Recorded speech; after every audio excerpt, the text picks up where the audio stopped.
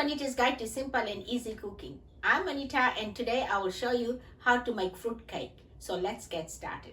I've got here 3 cups of mixed dried fruits, 1.5 cups of plain flour or all-purpose flour which I have sifted, 1 cup of brown sugar, 3 eggs, 1 cup of dates which I have chopped, 1 cup of dried cranberries, half a cup of glaced cherries which I have cut in half cup of freshly squeezed orange juice, 3/4 cups of butter which I have chopped, zest of 2 oranges, half a teaspoon of ginger powder, pinch of salt, 1 teaspoon of cinnamon powder, 1 teaspoon of mixed spice, half a teaspoon of freshly grated nutmeg, half a teaspoon of baking powder, and 2 tablespoons of molasses. This is what it looks like. You can get it in your supermarket in the baking aisle. And for my syrup, I've got here 3/4 cups of water, 2 tablespoons of raw sugar, and 2 tablespoons of golden syrup. This is what it looks like, and you can get it in any supermarket in the baking aisle. And you will also need a piece of baking paper, a square or a round baking tray, a skewer to make holes on the cake after baking, and a non-stick cooking spray. To prepare the baking tray, spray it with some cooking spray, line it with the baking paper, spray it with the cooking spray again, and put it aside.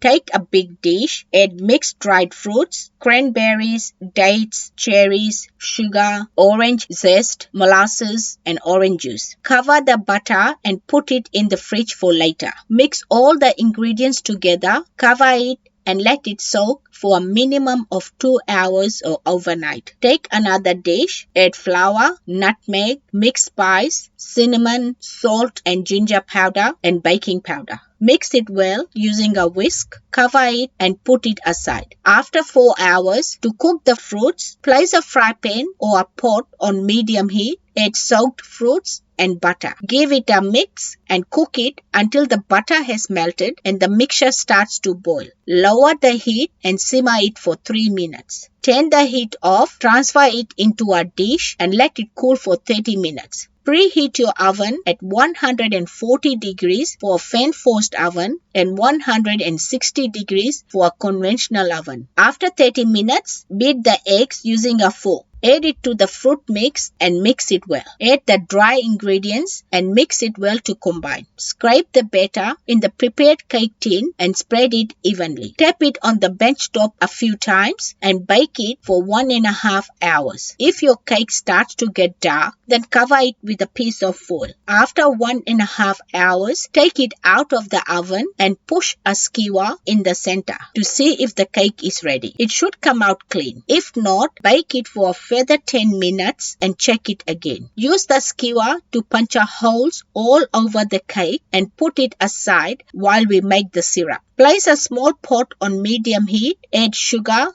water and golden syrup. Give it a mix and heat it until the sugar has dissolved and the syrup starts to boil. Turn the heat off and pour it all over the cake and let it cool down completely. My fruit cake is ready. Cut it into any size or shape you like and serve it to family and friends. Leftover fruit cake can be stored in a sealed container on the bench top or in the fridge for weeks. Enjoy. If you like this video, please give it a big thumbs up. For more of my simple and easy recipes, please subscribe to my channel and don't forget to press the bell icon to receive notifications of my latest videos.